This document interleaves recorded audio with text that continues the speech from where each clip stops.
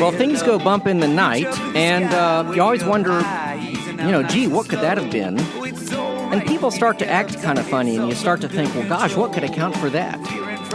And, of course, in the world, we have different worldviews about what could account for someone's change in behavior. Maybe they have a mental illness, and they need serious treatment for it. Maybe they're actually possessed by a demon. And I think we can all agree we're sort of sick and tired of all the Hollywood movies about exorcism, especially all the really bad ones. There have been some really good exorcism movies, but man, have there been some really bad ones. Well, I've got a real treat for you today. We've got a discussion between a Roman Catholic exorcist and a couple of skeptics who are experts in paranormal investigation and discovery. I want to thank everyone for listening to the Sin Boldly radio program. We're starting a little late today on the HD3 channel of kpft.org. So if you're already listening on HD3 at KPFT, you already know about kpft.org. But if you don't, check it out. If you're listening to this via the podcast, KPFT is public supported radio in Houston, Texas, has amazing music. And it's the only station in Houston, I can guarantee you, that would allow a show like this, whereas a Christian pastor gets to come on the air and talk about some really, really interesting stuff. So I am Evan McClanahan. I'm a pastor at First Evangelical Lutheran Church here in Houston, Texas, Houston's oldest Lutheran church. And you can find me and my email and the website of the church at felchouston.org. So kpft.org, felchouston.org. Those are the only places you need to go, but I want to jump right into it today, and let me introduce our guests. What we have today, we're talking about demonic possession. Yeah, demonic possession, and really you've got two explanations for it. Either it is a psychological problem or a psychological reality, or it's a spiritual reality. And I have today Father Gary Thomas.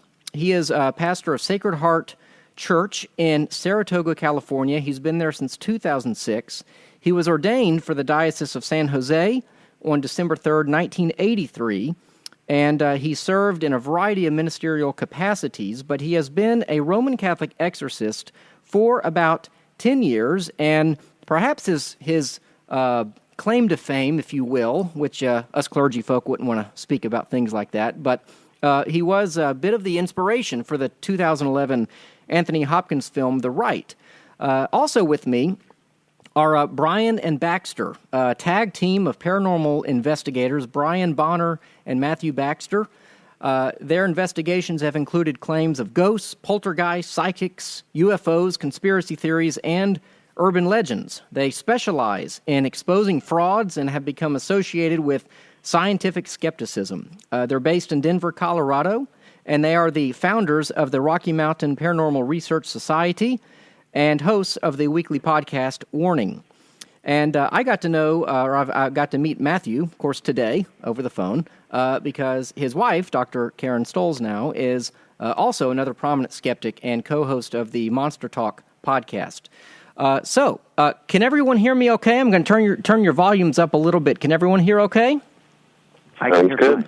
Okay. So far, so good. All right, good deal. Well, what I'd like to do, this is really going to be more of a discussion more than a debate per se. I have a feeling we're gonna find a lot of common ground, but it would be nice if everyone could sort of introduce themselves a little bit, explain what it is that you do when dealing with a case of possession or thought to be demonic possession.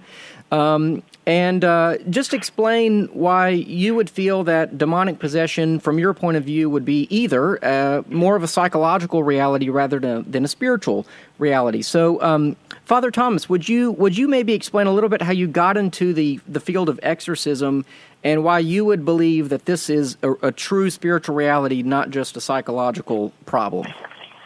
Well, thank you, Evan, for having me on the show this afternoon.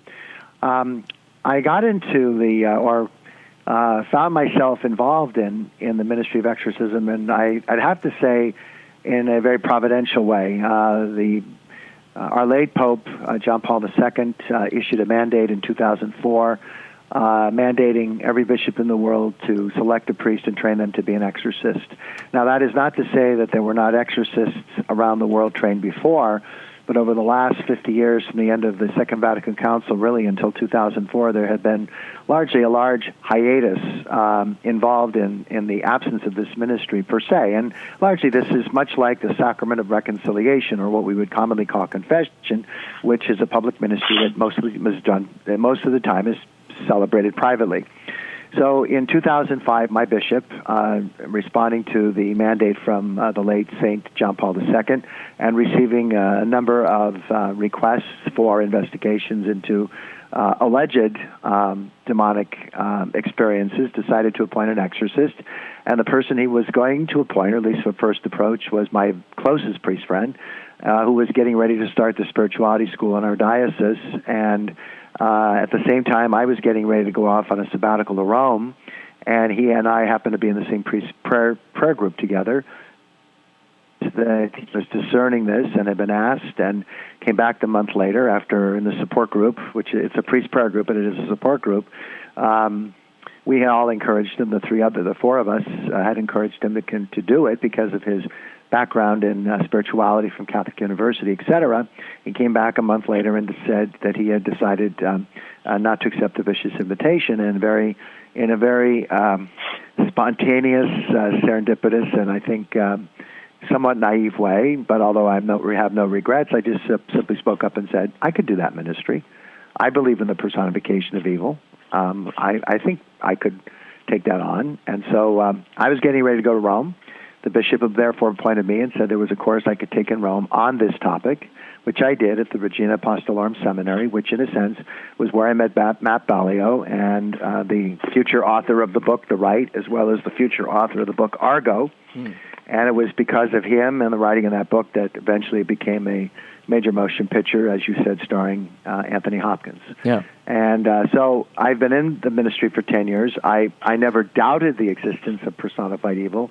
And I had spoken about personified evil on a number of occasions at my prior parish in St. Nicholas in Los Altos, such as 9/11, and such as the incident that occurred at Columbine. And so I got into it, I think, in a very providential way, but it was not seeking it. Somehow it came seeking me. So when you are engaging in an exorcism, talk a little bit about what sorts of things that you see, and why would you be convinced that this was not just a psychological problem, and then maybe talk about the process of ruling out psychological disorders and how you would go about that. Sure. Well, I think this is where we may have lots of common ground with Baxter and Brian. First of all, I never assume that when I receive a call or an email from someone requesting an exorcism, that therefore that's what they need. And so when I end up speaking with people, either by phone or in person, I make that very clear from the get-go. So you never assume anything. And you have to rule out the natural before you can even move into the realm of the preternatural, which is the realm between the natural and the supernatural, or the angelic. And so on my team, I have a prayer team who assists me at every deliverance and every exorcism. But on my other consult team, I have a medical doctor, a clinical psychologist, and a psychiatrist, all practicing Catholics, all who believe in the existence of Satan, because, very often what people describe in their symptoms could very often be judged to be a medical problem, a psychological or psychiatric problem, and therefore, even in the introduction in the solemn rite of exorcism, which, by the way, you never ever actually perform one until you have exhausted all other means of helping deliver the person from whatever may be attached to them, you go through a long discernment involving a serious protocol in which you engage people from the social sciences to actually discern whether or not is there a psychological / psychiatric / medical component that might explain what the person is actually suffering from. Every person who comes to me exhibits suffering in one way or another, whether it's visible or invisible, whether it's internal or external. And so you ask a lot of questions in the discernment process about their backgrounds, about what led them to me in the first place, if they have had a history of psychological psychiatric care or other kinds of medical care. You want to know all that. the questioning and the discernment. You ask them about questions having to do with their practices of faith, or the opposite of questions having to do with sexual abuse, sexual addiction, or other addictions.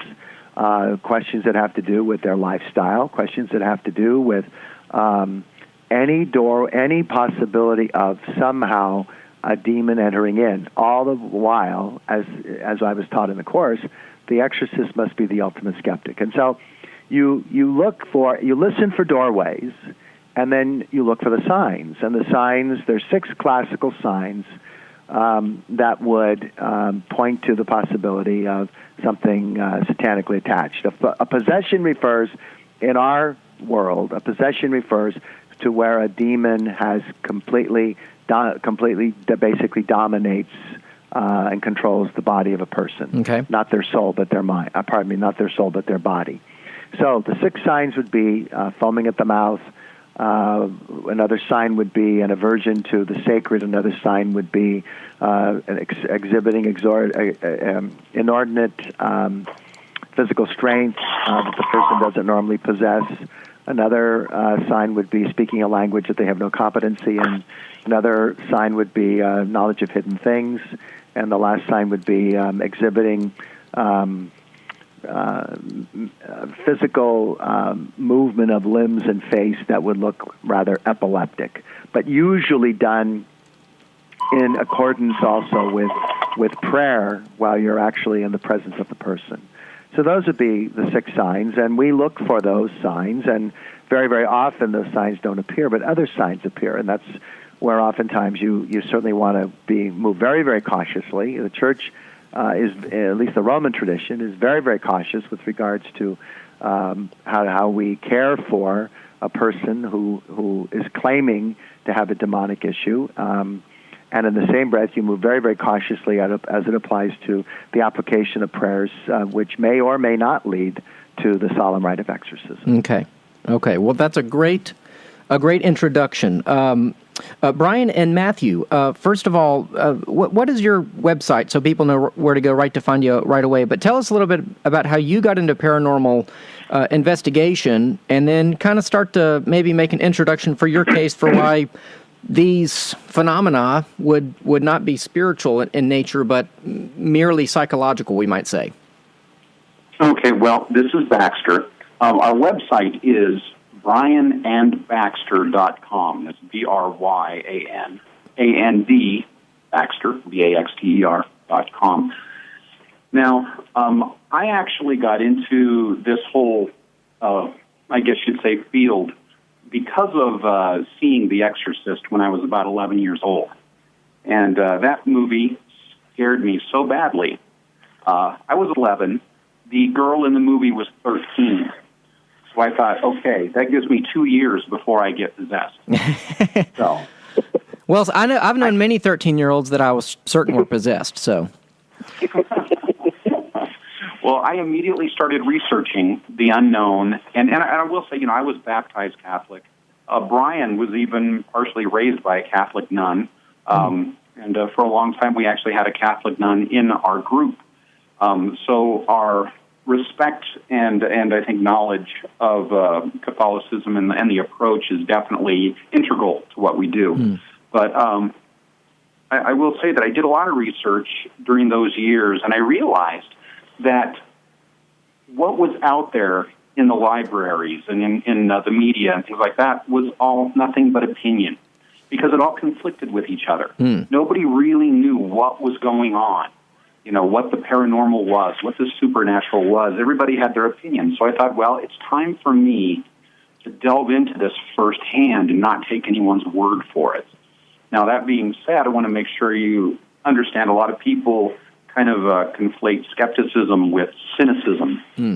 We are not cynics at all. We are completely open to the possibility that there could actually be a demon possessing this person. But first, we have to get rid of all of the other possibilities, just as Father Thomas said. And one of our big appreciations for the Catholic Church is many other churches in America or even in the world that deal with exorcisms basically just jump in sight unseen, no investigation, and go, yes, let's exorcise this demon when there really isn't anything there. Right. The Catholics at least go through the process, and we have a high appreciation for that. Brian, anything you want to add? Well, I can just quickly say the main reason that I got into it is it's kind of similar. I was raised around a lot of, scary movies, things like that, and always being told it's not real. And years later, I'm hearing, based on a true story, this actually happened. And it intrigued me so much because culturally I didn't believe that it was real because I'd been told this. So I decided let's look into it. And given my background, I looked at other people in the field, and just like Baxter was saying, there was so much contradiction, there was so much misinformation. It was time to head out on my own and find out what the truth was. And years later, we finally met up and formed what it is now. But since then, it's really been growing. Yeah. Well, one thing I think we could all agree on, The Exorcist is still the best. It's still the best exorcism movie out there, I think. Seconded only by The Rite, of course, Father Thomas. So, and that's another thing I wanted to mention. Father Thomas has this connection with The Rite. So does Brian and Baxter. He actually watched that movie. well, hey, That's true. Well, and if you want a connection, I actually talked to the woman that played the demon in The Exorcist last night. So there's another connection. Oh, well, see, it's a small world, spiritually speaking, as they said in Brother, We're Out Thou, you know. Well, let's look at some of these six, because in the end, we're going to have to explain some of the really weird stuff, right? And in the end, what's going to happen is when we investigate any paranormal claim, there's the possibility of a supernatural explanation or merely a natural explanation. So, and a lot of the times when you read the Bible, I think what happens now is we read the Bible and we see someone foaming at the mouth and we think, oh, that's epilepsy. We know that now. Or someone exhibiting inordinate strength. Oh, well, now we know the adrenal glands produce adrenaline and people are capable of great things. Father Thomas, when you look at those six things, why would you rule out, or how would you know to rule out foaming at the mouth as merely an epileptic problem, inordinate strength as maybe, and there might be other explanations. I'm not trying to preempt Brian and Baxter here, but, something, an adrenaline rush. And I'm particularly interested in speaking unknown languages, and I know that Dr. Stolz now has her PhD in linguistics, so Matthew may have a special advantage and special insight there. But that's the one that has always intrigued me, I guess, is how can someone speak a knowledge or a language of which they don't have knowledge? So. Explain to me, Father Thomas, or all of us, how you would go through a process of looking at those six things and saying, okay, it's not this, it's not this, it's not this. That leads me to believe it is this. Well, first of all, maybe let me work backward a little bit. When these signs are happening, what I would call them manifestations, when the manifestations are occurring, they're mostly occurring during the recitation of prayer. So they're usually not occurring before that, except for the aversion to the sacred. So, for example, a person, and this is, at least in my experience, again, this is my experience. Most of my experience is that the people who come to me, most of them, have psychological problems. Most of the people who come to me who think they have demonic problems do not. Okay. What percentage would you say? Pardon? What if you had to put a percentage on it? What might you say? I'd say it's probably about 85 psychological, 15% demonic. Okay. And so if someone is foaming at the mouth, it usually is during the resuscitation of deliverance prayers or during the solemn rite. And the foaming at the mouth is accompanied. It isn't just. It isn't like. I don't know how to describe this. This is not like shaving cream lather. It's usually accompanied by a kind of dry heaving or vomiting. and usually it takes place largely when you reach an apex in the deliverance session, where over the course of an hour or sometimes less than or more than time, the demon, the spirit, because it's not always a demon, it could be a disembodied human being attached, which form part of the demonic tribe, or it might even be an extraterrestrial being, which I don't know how Baxter and Brian feel about that, but I've had a few cases of that as well.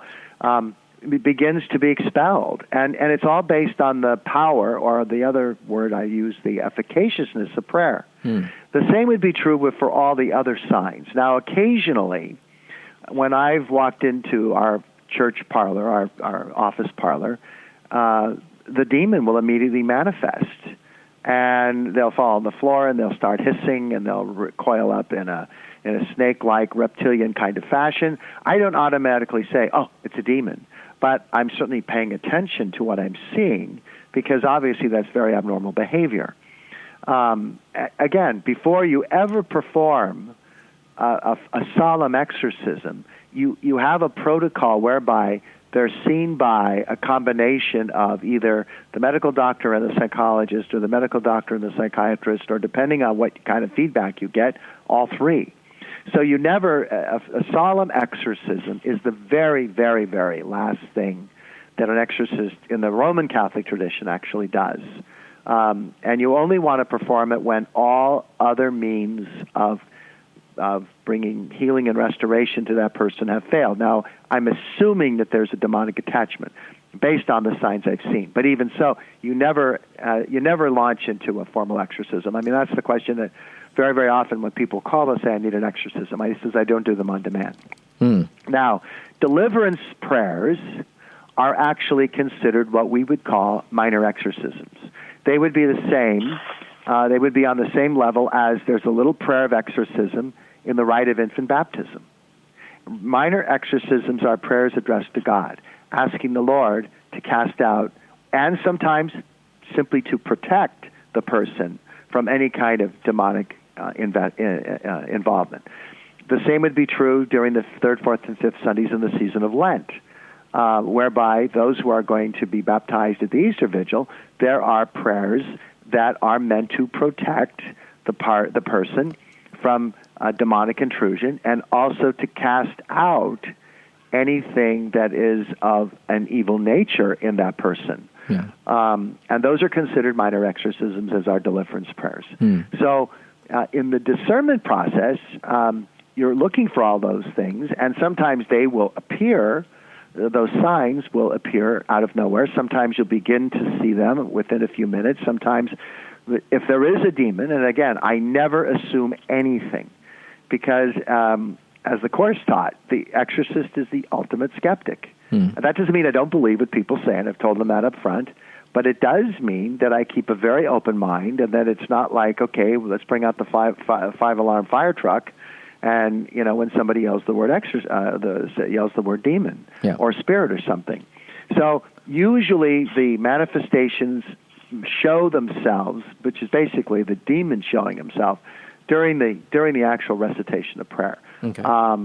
Occasionally it'll happen before anything begins, but much more of the norm, the demon wants to, if there is a demon, the demon wants to always do everything it can to hide itself from the exorcist, and so that it doesn't disclose itself. Yeah. But I would say about 85% of the people who come are people who have psychological issues and not preternatural issues. Yeah. I do want to come back, by the way, to some common ground we all have. I think that's really important, especially non-Roman Catholic approaches to exorcism. I think that's very critical given various Christian movements in the world. But Brian and Baxter, how would you come back on some of these phenomena? I mean, would you want to start to kind of maybe offer alternate explanations for some of the phenomenon that have been described? Well, one of the things that we operate on is something called Occam's razor. And Occam's razor, very, simply put, is the most obvious, simplest explanation, is probably the correct one. Now, to follow that through its course, you have to eliminate every possibility that would come before the last possibility. Now, the last possibility is there's a demon possessing this person, making them foam at the mouth. The very first possibility is they're trying to hoax you and they've just popped an Alka-Seltzer. So we need to be able to go through and eliminate all the really obvious ones first. And if we do our job right, there's going to come to a point where we have to stop. And we never jump to the conclusion that it's a demon, because there will always be a possibility we haven't explored before we get to the demon one. Now, the important thing to realize when I say that is that we never discount the possibility of demonic interaction. We never eliminate that possibility. It's always there as a possibility. But if we can solve it with a reasonable possibility first, like I said, Alka-Seltzer if they're trying to hoax you, or if they happen to be epileptic, or if they happen to be incredibly stressed out and dehydrated and things like that, they can also end up going into dry heaves and have a foamy type saliva that can mimic this. We work a lot actually with magicians, and because they show us a lot of misdirection and things like that, to where we can begin to recognize when people do it without even realizing they're doing it. A really important aspect of these six signs is the fact that people will often be completely convinced that they are possessed, but not have all those six signs. Mm-hmm. So they'll fake one or two because they want that exorcism so badly. Mm. So we need to make sure every single one of those is solid before we turn them over to, before we say, look, you really need to go talk to your priest or your pastor or whatever. But go ahead, Brian. Well, I was going to say we have had cases where we've had people with temporal lobe epilepsy that have what they consider to be a possession, and it's the same issue where they believe. They absolutely don't think there's any other explanation. So, same kind of a scenario. We also have encountered a lot of people that different environmental factors, both in their homes or just in their lives, have created what they believe. So it's not necessarily always somebody faking it, but, the next step is if they aren't, what are the other factors we can put into place that might be making them believe? Okay. So what would y'all say, have y'all ever had an experience where y'all met with a person who believed they were possessed and y'all left with the conviction that they were? Maybe I'd put it like this. Is it possible in your worldview that someone could be possessed by a demon? Or is it always sort of an open-ended question? It's almost always an open-ended, but to me, saying that there is a possibility, that is open-ended to me. Okay. Because there's always that possibility, but we've never concluded that they were. We've never had anyone that we've been able to conclude that they were. And we had an entire family that claimed that they were being raped by demons on a nightly basis. And it's a bit of a longer story that I might be able to go into a little bit later, but we got to the bottom of it, and it turned out to not have anything to do with the physical interaction with the devil. Right. And there's so much to talk about. One thing is that, and Father Thomas, you might be able to comment on this, but people often talk about being possessed by the devil. I often wonder if the devil has time to possess people. It seems like that would be work he would farm out to demons. And I'm being a little tongue-in-cheek, but, there is a kind of hierarchy of angels, and that would be true for demons too. Father Thomas, I have a couple of questions for you, though, and I want both of y'all to come back on these, but I have heard that some Christians have said that Christians cannot be possessed. Essentially, at baptism, we believe the Spirit is given, and there's a number of passages that talk about, water washing and regeneration, Titus 3, for example. And do you believe, Father Thomas, that a Christian can be possessed, or is that sort of an ontological impossibility? Well, I don't agree with that statement because most of the people who come to me, whom we've determined have demonic issues, are Christians, although not all. I think that point of view is an evangelical kind of Pentecostal point of view. Okay. Which I disagree with because A, God doesn't interfere in free will, and B, people can also open doors and establish relationships, and that's what a possession is. It's a relationship.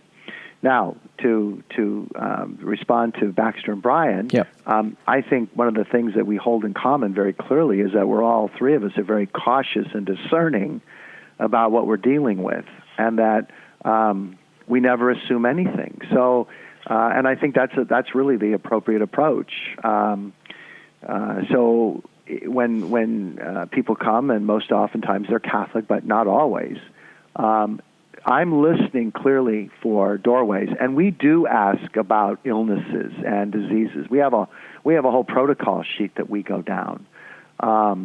And again, I just sent someone to our medical doctor just in the last week to determine certain things that do not appear to be demonic, and to do due diligence, and also to in a sense, really affirm what we already have come to the conclusion of, that this person has other kinds of issues that are not demonic. So I don't agree that baptism provides an insulation because, A, God doesn't interfere in free will. B, we have clear evidence that there are times when people do establish ties with demons. Satan rarely shows up. It's usually, as you said correctly, as there are a hierarchy of angels, there's also a hierarchy of demons. And Satan assigns one to the doorway that's been opened, and that demon goes and recruits other demons to form the tribe. But again, I want to stress that it's done with what we do is done with great deliberateness, great caution, and all along the way, as I said, having to rule out the natural before we move into the preternatural or supernatural realm. Okay. Brian and Baxter, I want to come back to two of the stranger phenomena that I believe an honest, exorcist is going to, observe. Now, I think there are a lot of people who call themselves exorcists that are not honest, and I do want to come back to that. But something like speaking in a language you don't know, or a knowledge of hidden things, I had that as 4 and 5 on my list of 6. What if I don't know if you've ever encountered something like that, but what would be a sort of common explanation apart from jumping to demonic possession that could explain for someone speaking in a language they don't know or knowing of things? For example, I know that a priest is always encouraged, and Father Thomas, tell me if I'm wrong, but I believe they're always encouraged, or at least regularly, go to confession and be forgiven, so that the demon cannot hold things against them. In fact, and that's very famous in the movie The Exorcist. That right? would apply to the whole team, not just to me. Okay, thank you. I never do any of these things alone, ever. Okay, thank you for that. Thank you. Smart man. Yeah. But in The Exorcist, remember the girl, the demon, of course, in the girl, knows something about the priest, and that's why he's basically told to not engage. So, have y'all come across a situation where someone did know something, or they were speaking in a language, and you asked, even as a skeptic, and I hope all of us here today are skeptical, but you asked, now, how is that possible? Well, speaking in a language that they've never spoken before, have no knowledge of, is called xenoglossia. And it's an interesting phenomenon, but in every well-documented case, the person in question has had some exposure to the language in question. And the human brain is a phenomenal thing. I think we make the mistake of using the word mundane when we're not talking about supernatural, preternatural. And I think that's a terrible word, because the natural is so spectacular that we tend to ignore that aspect of it. Now, the human brain can be exposed to another language and recall it under times of stress. And it's very rare, but it happens. Like I said, it's called xenoglossia. And the other instances of it are the person is speaking in a gibberish, but with that language's accent. So it sounds like another language, but it's actually gibberish, or it's a very formal form that they may have learned in high school or something and forgotten about. But every time that further investigation has been done into xenoglossia, it is found out that one of these things is in place, that person has been exposed to it in some way. And I'm not just saying they heard it one day. I'm saying on a daily basis they were exposed to it. So in the original story of The Exorcist, the boy that the movie is based on, he was exposed to Latin and things like that. So when he regurgitated some Latin, even though he wasn't known to speak Latin, it was suddenly, oh my goodness, this kid is exhibiting this sign. Well, sure he is, but there's more behind it than that. So until we get a really good documented case that has not been debunked, I kind of have to go on the language thing. I haven't seen it yet, but that's just me, one man. I haven't seen it. I'm sure Father Thomas has a different experience. I think one thing that you kind of touched on there is, these cases like this generally are somebody from a Catholic background. And anybody that's been in Catholicism, not necessarily recently, but in the past, has definitely been exposed to at least Latin.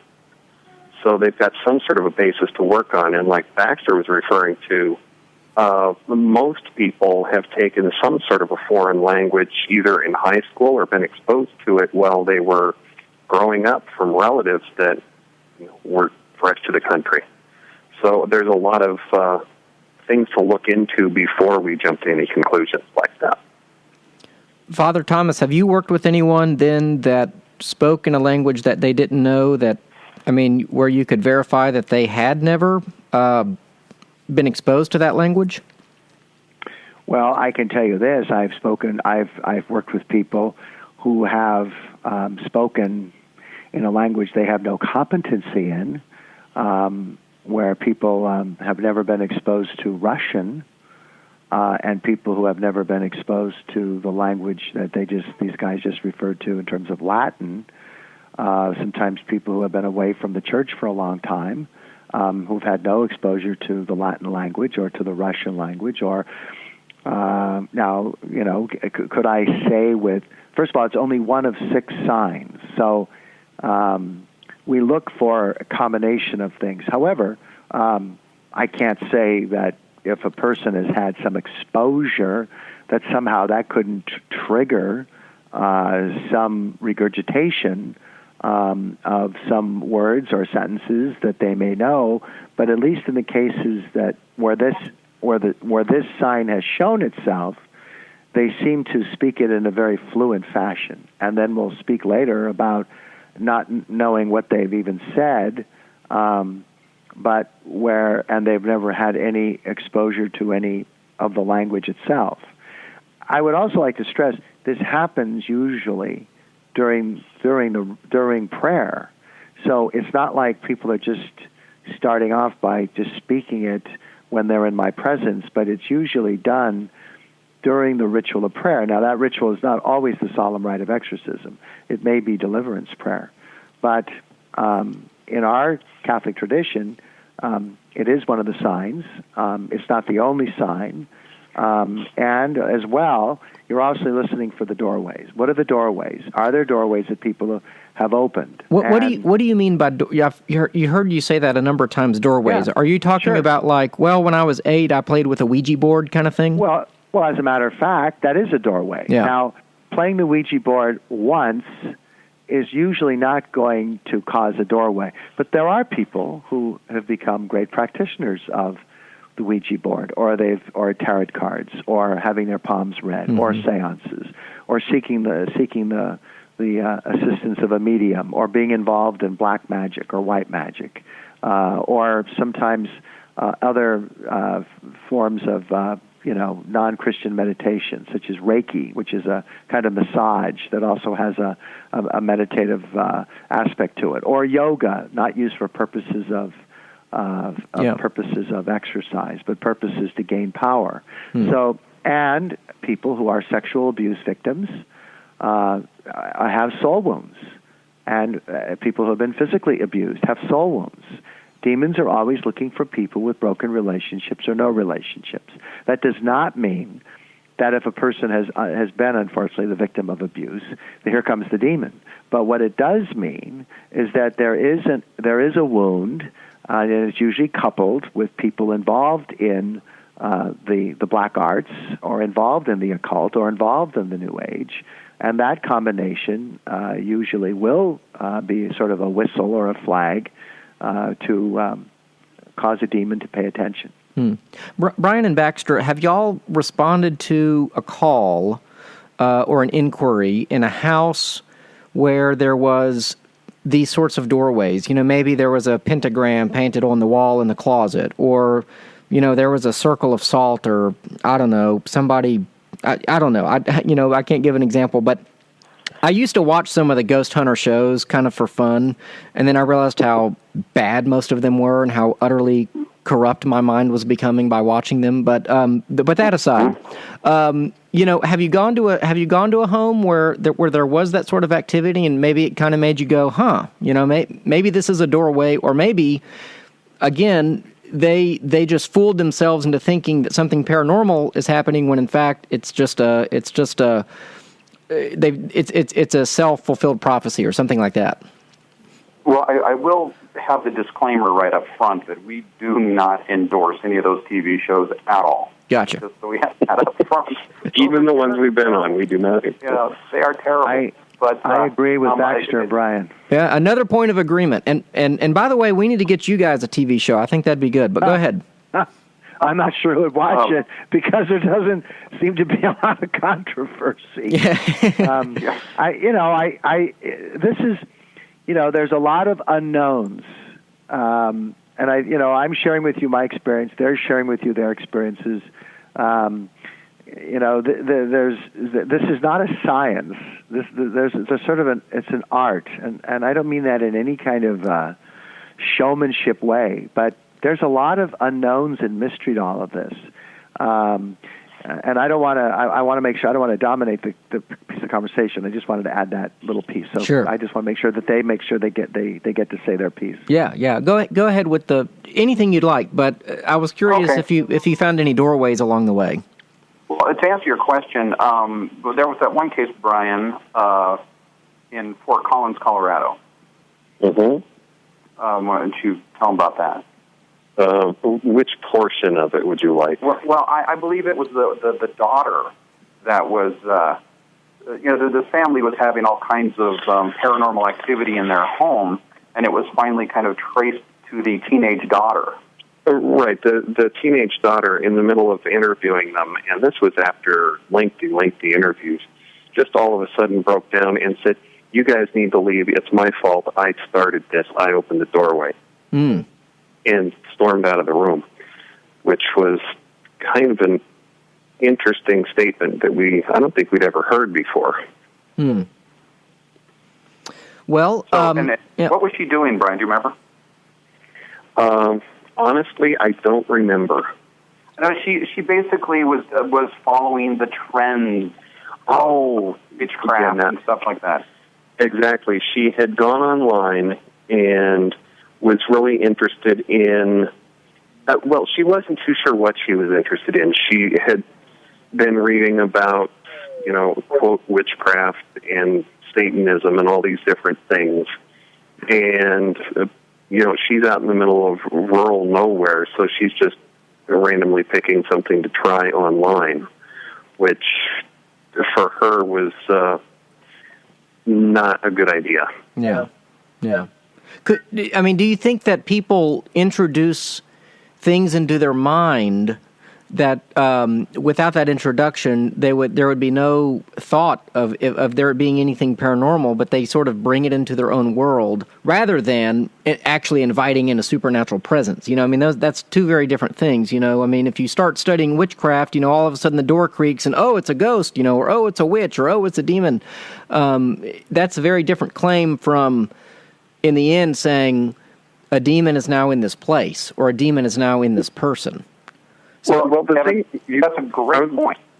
Well, I was just, that's a great point, Evan. One of the things that hasn't been brought up, and I apologize, the fact that I am a licensed psychotherapist in Colorado, and I specialize in hypnotherapy. And so one of the things I know a lot about is suggestion. And any time an idea is suggested into one of these people's minds, often they will take it and run with it to its full extent and make things so much worse for themselves. But go ahead, Brian. Well, I was going to say that's actually a good lead-in. One case that we had, this family was absolutely convinced that there was a demon that was somehow cohabitating with the youngest child in his bedroom. And when we went in and interviewed them, not only does it show you the psychological problem that was caused by that, but bringing up the TV shows as well.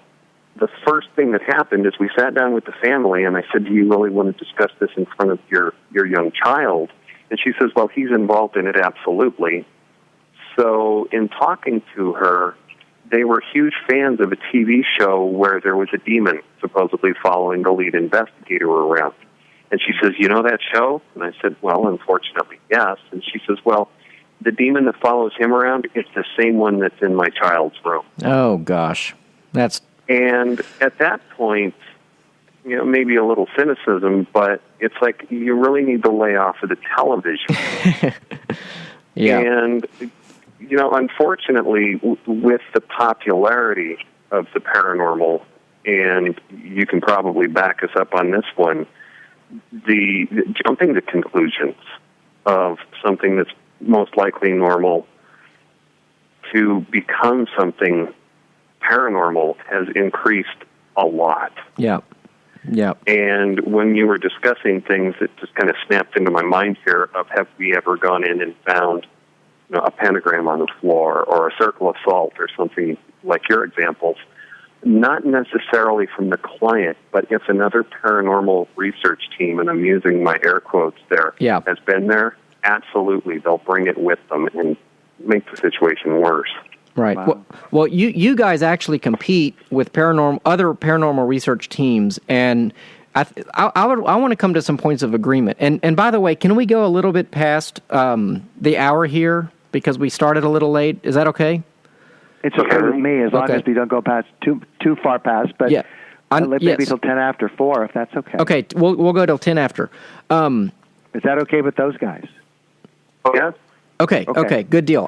We got, once you get people together, man, you don't want it to stop. Okay, but so y'all compete with other teams because they go and they want to find things, right? They want to find demons, they want to find ghosts, and you guys really don't. Yeah, they start with the demonic conclusion and don't do any investigation. They try to work backwards.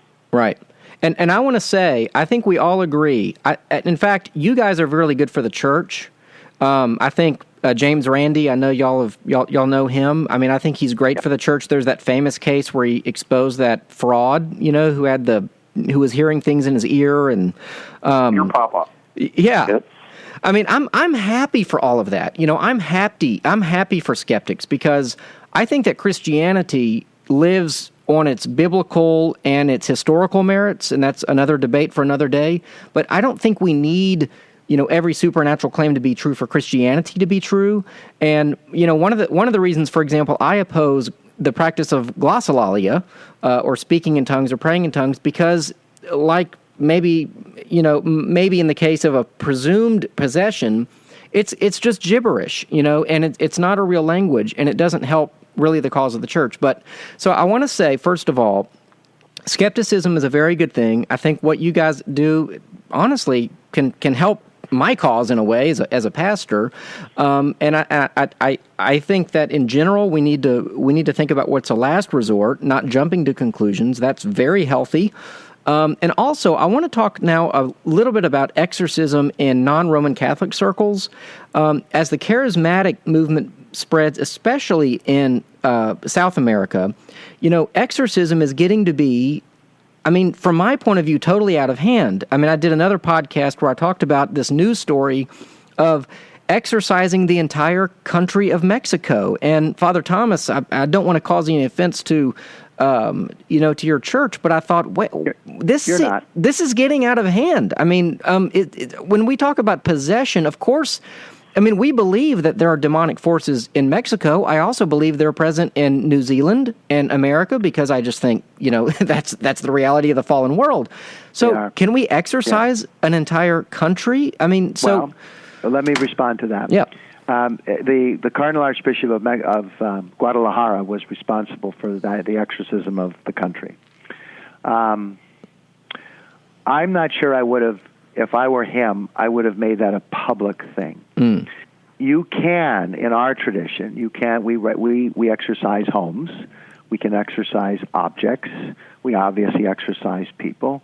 There's a different rite of exorcism of a place or an object, something inanimate, that there is for a human being. But, however, the reason why he did that was because largely the drug cartels in Mexico are taking over the country. And the drug cartels are all satanic. And the drug cartels curse the drugs so that the drugs themselves have more potency. And so I think, I spoke to another exorcist about this, someone who's actually pretty well known in our country, but sort of stays under the radar, and said, how reasonable, in your opinion, was that? And he says, you may not see the immediate effects of such a rite, but he says, as you know, you do see the effects very often when the place is much smaller. So he said, you're really not going to see miraculous immediate effects when you do something on that large of a scale. I personally, if I had been that cardinal, like here, what I do in the parish, we have a rededication mass twice a year, and I just have my prayer team, just me and the prayer team, and we just celebrate mass, and we anoint the statues, the organ and piano, the stained glass windows, the doors, and just simply, basically rededicate the whole parish to Christ. And I do see a very subtle but very clear difference in the days following, or sometimes the first weekend following. People seem to be much lighter. Now, again, I know what I've done. I'm not looking for all the horns and whistles, but I do think that we underestimate sometimes, and I'm not talking about Baxter and Bryan. I think as a society and culture, because the society and culture very often doesn't believe in any of this, they think it's all medieval, they think it's all superstition, it's all in your head. I do think that there are subtle differences that are, in my opinion, observed. You mentioned asked at the very beginning of this entire program, what gives me veracity to do what I do? Well, the Gospels do, the Scriptures do. Satan is a personified being. He's a real being. The Church teaches that. And Christ performed exorcisms. And the whole place of the cross in our economy of salvation has everything to do with Christ's defeat of Satan, sin, and death. So as it applies to, a country, I was scratching my head a bit. On the other hand, I exercise homes. Baxter and Bryan go and investigate places. I don't ask anywhere near the number of questions I do for an exorcism of a home. Most of it's been rare when there's been something demonic. Most of the time is something of a disembodied spirit where people have claimed, people who appear to be normal, and I will ask them, tell me what the history of the house. Sometimes they know something, sometimes they don't. But they'll sometimes describe in great detail what they've seen. So I usually go, and it takes maybe 15 minutes to simply perform the rite of exorcism of a place. Now, occasionally I've gone back a second time.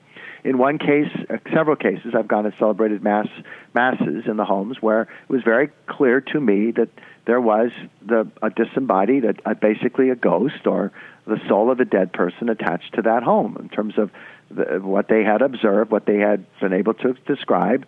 And I've sometimes celebrated on at least a few occasions. So I've celebrated masses in homes for the deceased person to somehow hopefully free them from whatever they're attached to.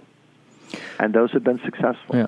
Brian and Baxter, I know we're up against it. Father Thomas mentioned, I know his... And listen, I don't want to dominate. So if you want to spend an extra few minutes, I just want to make sure that we all get a good amount of time, and I want to make sure that those guys also get to weigh in equally on this. So what? This is kind of a standard question to ask skeptics, but can you imagine any kind of evidence or proof or experience that might lead you to take that leap, if you will, into the supernatural? I mean, in the end, I think what we have are a naturalistic worldview and a supernatural worldview, and both are pretty modest. We don't have two extremists on either end here, I don't think. I think we have rational people, sincere people. But can y'all think of something that would lead you to take that step, perhaps, into the supernatural realm or worldview? Yes, actually, I can.